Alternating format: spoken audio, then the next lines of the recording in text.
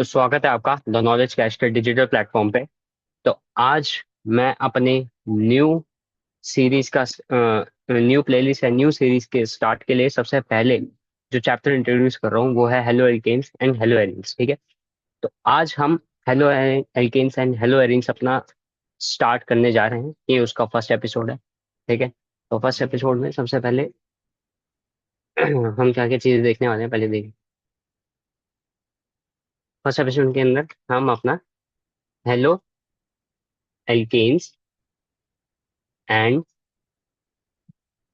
Hello arenes, हम अपना haloalkanes and haloarenes जो चैप्टर है, इस पूरी प्लेलिस्ट में हम इन haloalkanes and haloarenes के सारे टॉपिक्स कवर करने वाले हैं। चाहे वो जेई मेंस हो, नीट हो, या फिर बोर्ड्स के पॉइंट ऑफ व्यू से ये चैप्टर इंपॉर्टेंट होता है। और इसके अंदर जो रिएक्शंस है, इलेक्ट्रोफाइल, न्यूक्लियोफाइल्स वगैरह है ना, या फिर chlorination, bromination, different different type के रिएक्शंस इसके अंदर हम कवर करने वाले हैं। तो लेट्स स्टार्ट। ठीक है। तो haloalkanes and haloarenes में सबसे पहले हम स्टार्ट करते हैं कि हेलो एल्केन्स क्या होता है, हेलो एल्केन्स क्या होता है। ठीक है। हेलो एल्केन्स क्या होता है या फिर हेलो एरीन्स क्या होता है। ठीक है। तो हम अपना स्टार्ट करते हैं। सबसे पहले देखते हैं कि हेलो एल्केन है हेलो एरीन्स को क्या कहते हैं। कोई भी कार्बन चेन ऑफ कार्बन और ring containing containing halogens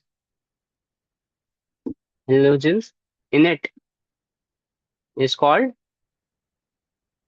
halo alkanes और हेलो एरीन्स। हेलो से क्या मतलब है? हेलो मतलब ही होता है हमारे पास हमारा हेलोजन, हेलोजेंस। और हेलोजेंस तुम्हें पता ही है यार, बाखूबी पता है तुम्हें क्या क्या होता है हेलोजेंस हमारा। क्लोरीन होता है, क्लोरीन होता है, ब्रोमीन होता है, आयोडीन होता है। ठीक है। ये हमारे पास हेलोजेंस होता है। ये अगर किसी कार्बन चेन के साथ जुड़ जाए, चाहे वो ये हो गया, चाहे ये हो गया, चाहे ब्रोमीन हो गया, चाहे आयोडीन, अगर ये डायरेक्टली मेरे पास किसी कार्बन चेन से जुड़े हुए हैं, तो इसे ही हम क्या कहते हैं, हमारे पास haloalkanes. Haloalkanes, haloalkanes हमारे पास होते हैं। हेलो एल्केन्स मतलब कि एक कार्बन चेन के साथ अगर हेलोजन जुड़े हैं, मतलब इसके अंदर कोई भी मेरे पास रिंग फॉर्मेशन नहीं होगी, नो रिंग। ठीक है। सिंपल एक कार्बन चेन होगी, चाहे वो मिथाइल हो, चाहे वो इथाइल हो, चाहे वो कितनी ही बड़ी प्रोपाइल हो, चाहे ये प्रोपाइल हो, रुक जाओ, प्रोपा हाँ यार, सॉरी, चाहे ये प्रोपाइल हो, चाहे ये ब्यूटाइल हो, चाहे ये पेंटाइल हो, कुछ भी हो, अगर ये इसके साथ कोई भी मेरे पास हेलोजन जुड़े हुए हैं, ऐसे ऐसे करके कोई भी हेलोजन जुड़ा है, कोई भी हेलोजन जुड़ा है, तो इसे क्या कहेंगे हम, सारे ही सारे मेरे पास किसके एग्जाम्पल्स हैं, ये हैं कहीं ना कहीं हेलो एल्केन्स के एग्जाम्पल्स। ठीक है। आगे देख लेते हैं हेलो एरीन्स क्या है। हेलो एरीन्स क्या है? हेलो एरीन्स मेरे पास सिंपल होती हैं। कोई भी अगर मेरे पास बेंजीन टाइप स्ट्रक्चर है या फिर कोई रिंग है, किसी रिंग से जुड़ा हुआ अगर कोई हेलोजन है, तो कहीं ना कहीं ये जो हेलोजन है, इसके ये इस टाइप के हो सकते हैं halogen, fluorine chlorine chlorine chlorine, bromine, iodine. इनमें से कोई भी हेलोजन अगर डायरेक्टली कनेक्टेड है किसी रिंग से, है ना, वो रिंग उसे कहते हैं हम हेलो एरीन्स। एरीन्स का मतलब ही क्या है, एक रिंग। ठीक है। और हेलो मतलब हेलोजन। ठीक है। तो समझ आया हेलो एल्केन और हेलो एरीन क्या होते हैं, इनके बीच में डिफरेंस। अब आगे इसमें भी डिफरेंट डिफरेंट टाइप के होते हैं। अगर मैं तुम्हें सिंपल बोलूँ हेलो एल्केन के अलावा बाकी क्या चीजें होती हैं, तो सबसे पहले हमारा होता है बेंजाइलिक हैलाइड। बेंजाइलिक हैलाइड, ये शायद हमारा फर्स्ट जो इंट्रोडक्शन है, शायद हमारे पास क्लासिफिकेशन ऑफ हेलो एल्केन से हेलो एरीन्स में ही जाए। हम धीरे धीरे अपनी सीरीज में मूव करते रहेंगे और प्लेलिस्ट में सारे हेलो एल्केन्स और हेलो एरीन्स को कंप्लीट करने की कोशिश करेंगे। ठीक है। तो आज तो इंट्रोडक्शन पार्ट है। Benzene benzylic benzylic halides, benzylic halides क्या होते हैं? बेंजाइलिक हैलाइड का क्या मतलब है कि अगर मेरे पास कोई बेंजीन रिंग है, अगर उस बेंजीन रिंग के एक कार्बन जुड़ा हुआ है और उस कार्बन से अगर कोई हेलोजन कनेक्टेड है, अगर ये हेलोजन, ये जो हेलोजन है इस वाले कार्बन से कनेक्टेड है, जो मेरे पास sp3 कार्बन है, sp3 कार्बन से जुड़ा हुआ है, और वो अगर बेंजीन रिंग से जुड़ा हुआ है, तब इसे कहूंगा मेरे पास क्या है, ये एक टाइप का मेरा बेंजीलिक हैलाइड है। समझ आ गया? बेंजीन से जुड़ा हुआ एक sp3 कार्बन, sp3 कार्बन पे अगर हेलोजन जुड़ा है तो कहीं ना कहीं ये मेरे पास किसका एग्जांपल है? बेंजीलिक हैलाइड का एग्जांपल। ठीक है। अगला, बेंजीलिक के बाद हमारा आता है एलाइलिक है, लाइलिक हैलाइड। एलाइलिक हैलाइड से क्या मतलब है? अगर मैं एलाइलिक मतलब, अगर मैं एक ये चीज ले लूं,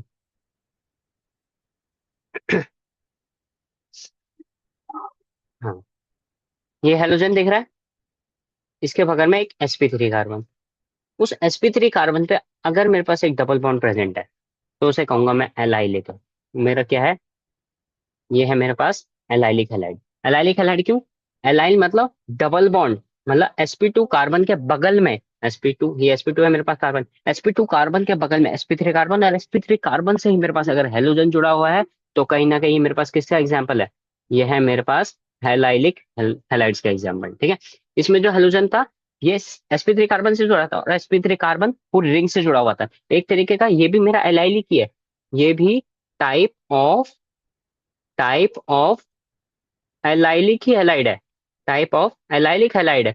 बस ये इसका एग्जाम्पल है बेंजाइलिक। बेंजाइलिक क्यों? देखो, एलाइलिक बेंजाइलिक से नाम है, पर ये क्या है? एलाइलिक के अंदर मेरे पास रिंग प्रेजेंट नहीं होती है, और इसके अंदर जो रिंग है वो प्रेजेंट हो रही होती है। ठीक है। तो उसके अंदर रिंग प्रेजेंट होती है और इसके अंदर रिंग प्रेजेंट नहीं होती है, बस यही डिफरेंस है। नहीं तो जो हेलोजन है वो sp3 कार्बन से जुड़ा हुआ होता है, और जो sp3 कार्बन है वो अनसैचुरेटेड डबल बॉन्ड से जुड़ा हुआ था, जो डबल बॉन्ड्स हैं। ठीक है। ये एलाइलिक, ये डबल बॉन्ड्स। ठीक है। और अगर ये डबल बॉन्ड नहीं है तो इसकी जगह अगर बेंजीन रिंग आ जाए जिसमें कॉन्जुगेशन स्टार्ट हो जाए तो उसे कहेंगे हम बेंजाइलिक हैलाइड। ठीक है। हम बेंजाइलिक हैलाइड के बाद अब अगला हम स्टार्ट करते हैं अपना, इसका अगला एग्जांपल बेंजाइलिक के बाद। अब मैं अराइल्स पे आता हूँ, ये तो हेलोजन में आ गया, अब मैं अराइल्स पे आता हूँ। अब देखो, एक होता है aryl halide, aryl halide, allyl halide, aryl halide, और हेलो एलिरीन, हेलो एरीन, मेरे पास सेम ही होते हैं दोनों, सेम होते हैं। एराइल हैलाइड, एराइल हैलाइड और हेलो एरीन सेम ही चीज होती है, जिसमें बेंजीन है, कॉन्जुगेशन, इससे अगर डायरेक्टली कोई हेलोजन जुड़ा हुआ है ना, और ये हेलोजन कहीं ना कहीं इसके पूरी रिंग में कॉन्जुगेशन में होता है। ठीक है। इसे कहते हैं रेजोनेंस, इसके हम रेजोनेंस कहते हैं, और वो अभी आगे मैं बताने वाला हूँ। ठीक है। तो इसे कहते हैं हेलो एराइल हैलाइड, या फिर इसे हेलो एरीन भी कह सकते हैं, दोनों ही इसके ही नाम है। ठीक है। अब अगले पे आते हैं। अब होता है vinylic, vinylic halide. Vinylic halide का क्या मतलब है? विनाइलिक हैलाइड का मतलब होता है हमारे पास, अगर मेरे पास जो हेलोजन है, मेरे पास जो हेलोजन है, अगर वो मेरे पास डायरेक्टली, मेरे पास ये हेलोजन डायरेक्टली इस डबल बॉन्ड वाले ग्रुप पे जुड़ा है। पहले बार में क्या था? हेलोजन था, उसके बाद एक CH2 sp3 कार्बन था, वो sp3 कार्बन जुड़ा हुआ था मेरे पास कहीं ना कहीं किससे? डबल बॉन्ड से। पर ऐसा नहीं है, इसके अंदर क्या है? ये जो हेलोजन है, ये जो हेलोजन है, ये मेरे पास डायरेक्टली कनेक्टेड है इस डबल बॉन्ड से, जिसे हम क्या कहते हैं? ये हमारे पास क्या है? हमारा विनाइलिक हैलाइड्स, इसे कहते हैं विनाइलिक हैलाइड। ठीक है। विनाइलिक हैलाइड का एग्जाम्पल, अगर मैं हेलोजन लेना चाहूँ इसमें तो मैं कुछ भी ले सकता हूँ। ये हमारे पास क्या हो जाएगा? Vinylic fluoride. अगर मैं दूसरा एग्जाम्पल ले लूँ एक और, ये क्या हो जाएगा? Vinylic chloride. अगर मैं दूसरा ले लूँ, तीसरा ले लूँ एग्जाम्पल, इसे कहेंगे हम विनाइलिक ब्रोमाइड। ठीक है। तो ऐसे ऐसे डिफरेंट टाइप के विनाइलिक हैलाइड्स होंगे। ठीक है। और अराइल हैलाइड और हेलो एरीन मेरे पास एक कहीं ना कहीं सेमी एग्जाम्पल है। ठीक है। आगे मूव करते हैं। ये तो हमने different type of haloalkanes और हेलो एरीन्स देख लिए। ठीक है। अब मैं बताता हूँ हेलो एल्केन्स में भी आगे फर्दर क्या क्या एग्जाम्पल्स हैं। ठीक है। अगर मैं देखूँ, सबसे पहले हम हमारे पास डिफरेंट टाइप के हैं, देखा जाए तो इसकी प्रॉपर्टीज हैं। अगर तुम्हें कई कई बार डिफरेंट डिफरेंट नॉमेनक्लेचर से इसे पुकारते हैं। देखो, कई बार कुछ एग्जांपल्स हैं, जैसे हमारे पास होता है आइसो नाम का, आइसो टर्ट, ये कुछ सफिक्स हैं जो इस्तेमाल होते हैं, आइसोटैक और सेक। ये हमारे पास कुछ सफिक्स हैं जो इस्तेमाल होते हैं हेलोजेंस में। ठीक है। अल्काइल हैलाइड्स या फिर अराइल हैलाइड्स के अंदर। ठीक है। कैसे? देखो, अगर मेरे पास आइसो, आइसो मतलब अगर मैं इसके साथ एक प्रोपाइल ग्रुप ले लूं, आइसो प्रोपाइल, तो ये क्या होगा?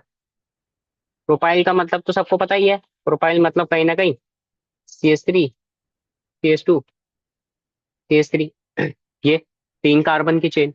पर अगर आइसोप्रोपाइल क्या होता है, अगर मेरे पास जो हेलोजन है, कोई सा भी हेलोजन, जैसे क्लोरीन ले लिया इस केस में, अगर आइसो के अंदर मेरे पास ये 2 CH3 से जुड़ा हुआ था, अगर मेरे पास जो क्लोरीन ग्रुप है, अगर मेरे पास ये जो क्लोरीन ग्रुप है जिस कार्बन से जुड़ा है, अगर वो कार्बन मेरे पास 2 मिथाइल ग्रुप से जुड़ा हुआ है, तो कहीं ना कहीं क्या है मेरे पास, आइसोप्रोपाइल। ठीक है, मतलब हेलोजन देखना है, हेलोजन के बगल वाला, ये जो बगल वाला मिथाइल है, बगल वाले जो मिथाइल है, अगर इसके साथ जो जुड़े हुए 2 मिथाइल हैं, अगर 2 मिथाइल हैं वो, तो इसका मतलब हम कहीं ना कहीं क्या है, आइसोप्रोपाइल ग्रुप है। आइसोब्यूटाइल कैसे बनाओ, आइसोब्यूटाइल ग्रुप। ठीक है, अगर मैं देखूं टर्ट, टर्ट का क्या मतलब है, देखो टर्ट का क्या एग्जाम्पल है, अगर मेरे पास जो Cl ग्रुप है जिस कार्बन से कनेक्टेड है, अगर उस कार्बन पे 3 CH3 के ग्रुप हैं, सी एच थ्री ग्रुप होना जरूरी इस नॉमेनक्लेचर में। 2 CH3 ग्रुप ज्वाइन है, तो इसका मतलब आइसोप्रोपाइल है। 3 Cl, अगर मेरे पास जो हेलोजन है जिस कार्बन से जुड़ा हुआ है उसके ऊपर तीन तीन मिथाइल जुड़े हुए हैं, तो कहीं ना कहीं मेरे पास किसका एग्जाम्पल है, टर्ट। इसे हम कहेंगे टर्ट ब्यूटाइल। ब्यूटाइल क्यों, क्योंकि ये 4 कार्बन की चेन है पूरी, देख लो ये पूरी मेरे पास क्या है, ये 4 कार्बन की चेन है। जैसे बोला ब्यूटाइल इसलिए बोला, ठीक है, और टर्ट क्यों बोला, क्योंकि जिस हेलोजन जिस कार्बन से जुड़ा हुआ है उससे 3 मिथाइल जुड़े हुए हैं। 3 मिथाइल जुड़े हुए हो, जिस हेलोजन जिस कार्बन पे जुड़ा हुआ है उस कार्बन से 3 मिथाइल जुड़े हो, तो उसे कहेंगे हम टर्ट। अगर उससे 2 ही मिथाइल जुड़े हो तो उसे कहेंगे आइसो। और अगर तीसरा एग्जाम्पल सेक किसे कहेंगे, अगर मेरे पास Cl जिस कार्बन से जुड़ा है, अगर उस पे एक सिंपल, एक तो CH2 CH3 कुछ भी हो सकता है, कितनी भी बड़ी चीज, अगर उस पे एक ही मिथाइल ग्रुप जुड़ा है ऐसा, अगर उस पे एक ही मिथाइल ग्रुप जुड़ा है, ये रहा, अगर उस पे एक ही मिथाइल ग्रुप जुड़ा है, तो कहीं ना कहीं इसे मैं कहूंगा सेक ब्यूटाइल। सेक क्यों बोला, सेक क्यों बोला, क्योंकि इसमें सिर्फ जिस हेलोजन जिस कार्बन पे जुड़ा हुआ है उस पे एक ही मिथाइल जुड़ा हुआ है, ओनली एक मिथाइल जुड़ा हो सेक, 2 मिथाइल जुड़े हो आइसो, 3 मिथाइल जुड़े हो टर्ट। ठीक है, और क्यों एक ही मिथाइल, इसको हम काउंट नहीं करेंगे क्योंकि CH2 CH3 है, कहीं ना कहीं मेरे पास इथाइल है, और इथाइल को हम गिनेंगे नहीं, हमें मिथाइल ही देखना है सर। ठीक है, समझ आ गया आइसो क्या होता है, टर्ट क्या होता है, सेक क्या होता है, sec butyl, tert butyl, isopropyl. ठीक है, नॉमेनक्लेचर करना आ जाएगा। चलो ठीक है, फर्दर मूव करते हैं, हमने और एग्जांपल्स देख लिए। अगर मैं देखूं मेरे पास डिफरेंट टाइप के हेलोजेंस होते हैं, ठीक है, different types of halogens are there. कैसे, देखो सबसे पहला होता है हमारे पास 1 डिग्री हेलोजन। 1 डिग्री हेलोजन कैसे बनाओगे, तुम्हें पता है, हेलोजन मेरे पास जिससे जुड़ा हो, हेलोजन मतलब एक्स, ये जिससे जुड़ा हो सिर्फ एक ही कार्बन हो, एक ही कार्बन हो, इसके बगल में जो है सिर्फ एक ही कार्बन हो, तो कहीं ना कहीं क्या है मेरे पास ये 1 डिग्री हेलोजन। 2 डिग्री हेलोजन की अगर मैं बात करूंगा, 2 डिग्री हेलोजन कैसे, जो हेलोजन जुड़ा हुआ है उससे मेरे पास, रुक जाओ, ठीक है, रुक जाओ, क्या है ये,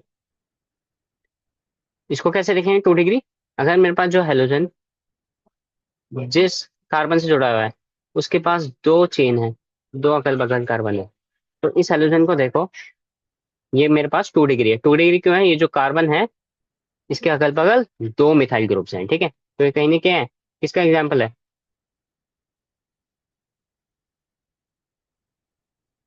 तो मेरे पास क्या है 2 डिग्री का एग्जाम्पल।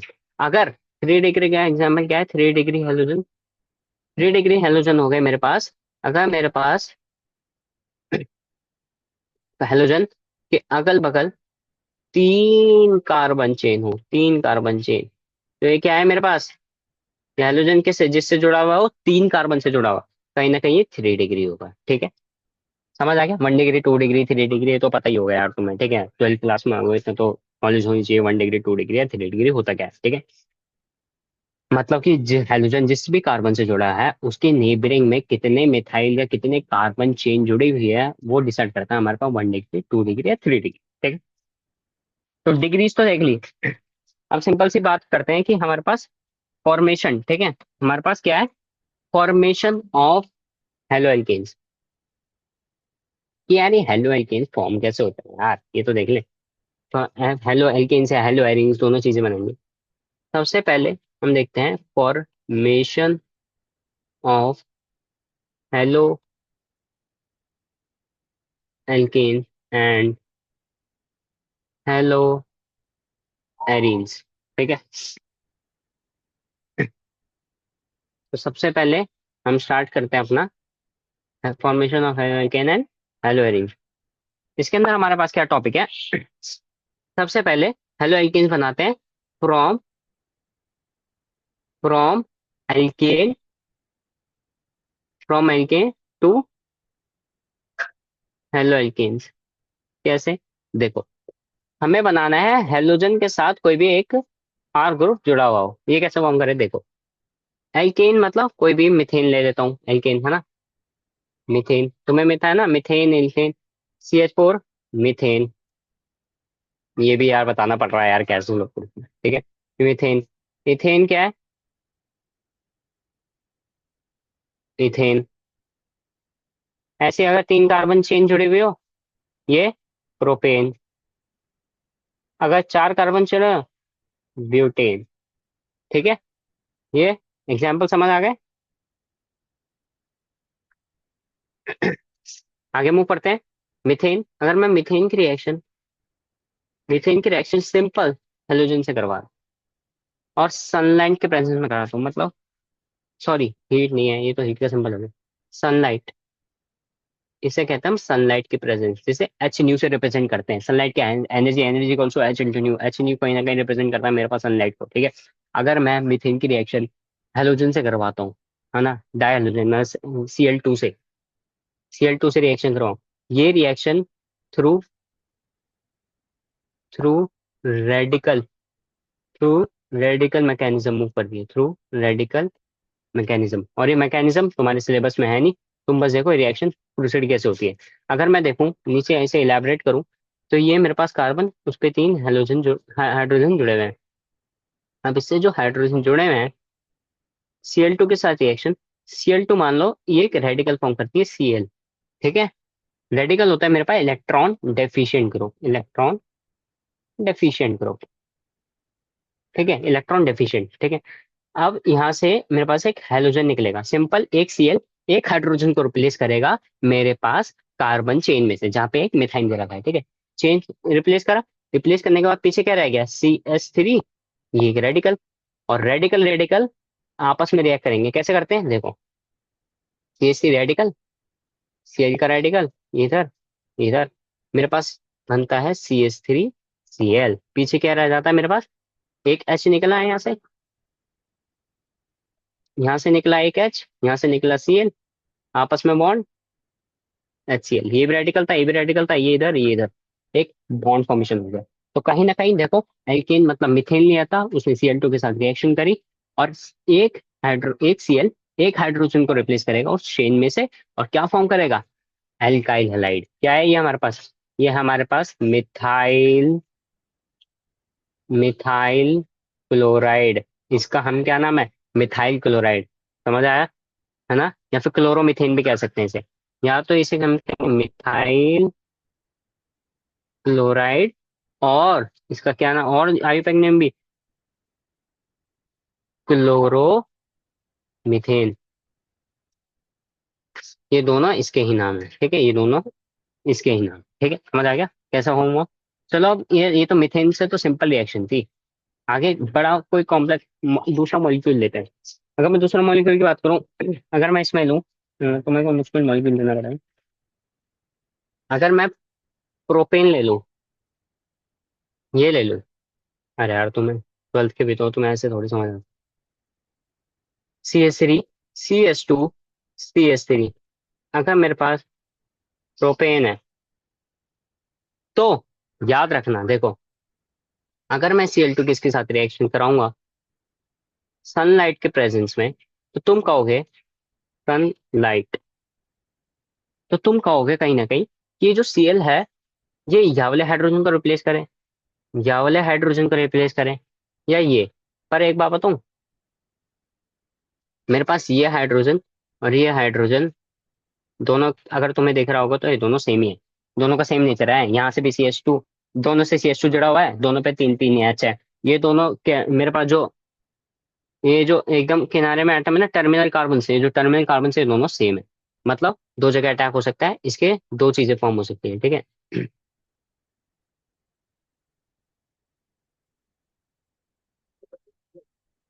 रुक जाओ इसे नीचे में।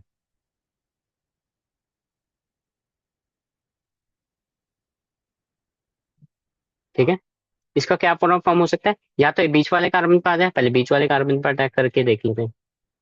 एक हाइड्रोजन से एक Cl रिप्लेस, और इसने क्या फॉर्म करा, ये, समझ आ गई। दूसरा प्रोडक्ट क्या हो सकता है, ये इस वाले कार्बन पे आ जाए, ठीक है। इससे क्या प्रोडक्ट फॉर्म होगा, CH, CH2, CH2, Cl। समझ आ गई, समझ आ गई। इसका नाम क्या होगा, टू क्लोरोप्रोपेन। इसका नाम सिंपल क्या होगा, क्लोरोप्रोपेन। ठीक है। और अगर मैं बात करूं, ये दो प्रोडक्ट फॉर्म हुए हैं, इसमें से मेजर कौन सा है, मतलब फॉर्म कौन सा होगा। मेरे पास मेजर होता है ये वाला, और ये होता है माइनर। कभी भी याद रखना, पॉसिबिलिटी जितनी होती है रिएक्शन की वो सारी बनती है। रिएक्शन में एक्चुअल रिएक्शन या फिर एक्चुअल जो मैकेनिज्म होते हैं लैब्स वगैरह में, तो वहां पे मेरे पास सारे प्रोडक्ट बनते हैं। हम लेते ही मेजर को है, लिखते पेपर में हम क्या लिखते हैं, पेपर में हम सिंपल क्या लिखते हैं, ये जो मेजर प्रोडक्ट आता है, पर फॉर्म दोनों होते हैं, मेजर माइनर दोनों। और हमें शो भी मेजर माइनर दोनों करने होते हैं, ठीक है। पर मेरा बर्न कौन सा रहा होगा, ज्यादा यील्ड में ज्यादा कौन बन रहा होगा, वो मेरे पास बनना होगा ये मेजर प्रोडक्ट। कैसे, देखो मैंने कहा था ये रेडिकल मैकेनिज्म के थ्रू मूव करती है, इतना समझाना तो आती है, ठीक है। इतना समझाना चाहिए, क्योंकि जेई और नीट वाले बच्चे भी हैं, तो उनको थोड़ा हाई लेवल में पढ़ना पड़ेगा। बोर्ड्स वगैरह वालों को तो ध्यान मत देना भाई रेडिकल में, ठीक है। अगर मैं देखूं रेडिकल कैसे फॉर्म हुआ, देखो यहाँ पे एक रेडिकल फॉर्म हुआ हुआ है, ठीक है, ऐसा। और यहाँ से Cl2 ने भी एक रेडिकल निकाला। रेडिकल रेडिकल आपस में रिएक्ट करते हैं और किसी से रिएक्ट नहीं करते, रेडिकल रेडिकल आपस में रिएक्ट करते हैं। और रेडिकल एक टाइप का क्या है, radical, radical is is an electron deficient. ये मेरे पास एक इलेक्ट्रॉन डेफिशिएंट स्पीशी है। ये मेरे पास इलेक्ट्रॉन डेफिशिएंट है, मतलब गरीब स्पीशी है। गरीब मतलब इलेक्ट्रॉन है ही नहीं इसके पास। अब इलेक्ट्रॉन गरीब है ना, इलेक्ट्रॉन डेफिशिएंट है, तो इसको इलेक्ट्रॉन रिच स्पीशी चाहिए होती है ना। तो अगर, तो देखो हाँ, तो इलेक्ट्रॉन रिच कौन सी है मेरे पास, यानी कहीं Cl से रिएक्ट करा है, ठीक है। पर इलेक्ट्रॉन डेफिशिएंट है, तो तुमने पढ़ा होगा इंडक्टिव इफेक्ट। इंडक्टिव इफेक्ट अगर नहीं पढ़ा तो आगे मैं पढ़ा दूंगा। पर इंडक्टिव इफेक्ट क्या होता है, इंडक्टिव मतलब इलेक्ट्रॉन डोनेटिंग इफेक्ट। मतलब सिग्मा बॉन्ड के थ्रू जब मेरे पास इलेक्ट्रॉन डोनेट करे जाते हैं कार्बन चेन में, ठीक है, कोई भी मेरे पास जो ग्रुप जो इलेक्ट्रॉन डोनेट कर रहा हो थ्रू सिग्मा बॉन्ड, उसे कहते हैं इंडक्टिव इफेक्ट, ठीक है। तो इंडक्टिव इफेक्ट यहाँ पे दो दो लोग दिखा रहे हैं। जो कार्बन है वो इंडक्टिव इफेक्ट दिखा रहा है, कौन सा, प्लस आई इफेक्ट।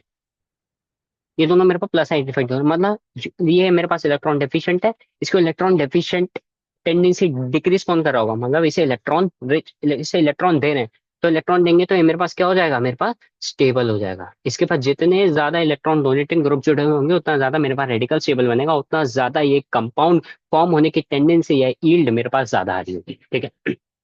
पर अगर मैं दूसरी साइड देखूं, अगर मैं वहां पे रेडिकल बनाता, तो वहां पे मेरे पास कुछ ऐसा रेडिकल फॉर्म हो रहा था। और ये जो रेडिकल फॉर्म हुआ है, इसको सिर्फ एक ही प्लस आई मिल रहा है। एक प्लस आई, यहाँ पे एक प्लस आई, यहाँ पे दो प्लस आई। कौन ज्यादा स्टेबल है, ऊपर वाला। इसलिए मेरे पास ऊपर वाला मेरे पास मेजर प्रोडक्ट बनता है। समझ आ गई, समझ आ गई। मेरे पास मीथेन से कैसे फॉर्म हो रहा हो, ठीक है, कैसे मीथेन से फॉर्म हो रहा हो।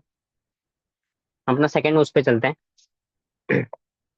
ये समझ आ गया, रेडिकल मैकेनिज्म के थ्रू मीथेन से कैसे मैं एक हैलाइड बना सकता हूँ। अगला,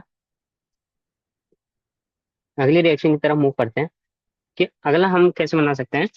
सबसे पहले अगला बनाने के लिए सबसे पहले हम देखना पड़ेगा कि हम एरोमेटिक है ना, हेलो एरीन्स बना रहे हैं, ठीक है, हेलो एरीन्स, हेलो एरीन्स, ठीक है। अब हेलो एरीन्स कैसे बनेंगे, हेलो एरीन्स कहीं ना कहीं कैसे दिखेंगी, बेंजीन, बेंजीन के ऊपर हेलोजन।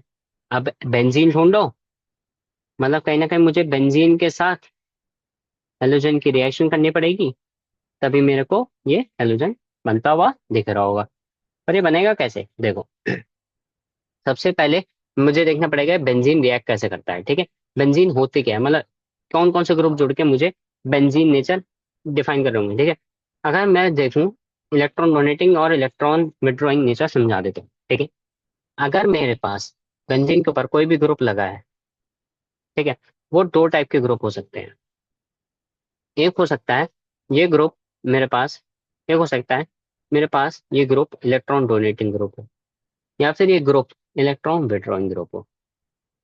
इलेक्ट्रॉन विड्रॉइंग मतलब, इलेक्ट्रॉन डोनेटिंग मतलब जो इलेक्ट्रॉन डेंसिटी डोनेट करे थ्रू थ्रू प्लस आर या प्लस आई या प्लस एम।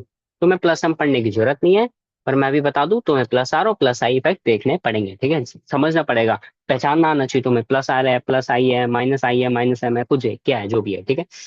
इलेक्ट्रॉन विड्रॉइंग में माइनस आर इफेक्ट लगा रहा है, माइनस आई इफेक्ट लगेगा, माइनस एम इफेक्ट लगेगा। माइनस एम पढ़ने की जरूरत नहीं है, वापस मैं बता रहा हूँ, माइनस आर और माइनस आई पढ़ना है, ठीक है। अभी जो इलेक्ट्रॉन डोनेटिंग ग्रुप है ये प्लस आर, ये कैसे इलेक्ट्रॉन डोनेट करते हैं, कैसे इलेक्ट्रॉन विड्रॉ करते हैं रिंग में से, वो मैं बताता हूँ, ठीक है। सिंपल, अगर मैं हेलो ये देखूं, अरे जो हेलोजेंस होते हैं, ठीक है, ये होता है हमारे पास प्लस आर इफेक्ट। और प्लस आर इफेक्ट कैसे इलेक्ट्रॉन को रिच बनाएगा, और कैसे मेरे पास जो इलेक्ट्रॉन डेफिशिएंट स्पीशी है, जो मेरे पास बेंजीन रिंग है ना, इसके पास पाई इलेक्ट्रॉन्स है, मतलब इलेक्ट्रॉन रिच है। अब इलेक्ट्रॉन रिच के साथ कौन रिएक्ट करेगा, इलेक्ट्रॉन डेफिशिएंट, ठीक है। अब जो इलेक्ट्रॉन डेफिशिएंट है, जिसके पास इलेक्ट्रॉन नहीं है, वो बेंजीन रिंग में कहाँ कहाँ अटैक कर सकता है, तीन पोजीशन पे, चार, ये सारी पोजीशन पे। एक ये पोजीशन होती है, एक ये पोजीशन होती है, और एक ये पोजीशन होती है, क्योंकि ये दोनों तो सिमेट्रिकल है, ठीक है। तो ये जो मेरे पास पोजीशन होती है, जो होती है मेरे पास ऑर्थो पोजीशन, ऑर्थो पोजीशन। ये होती है मेरे पास पैरा पोजीशन।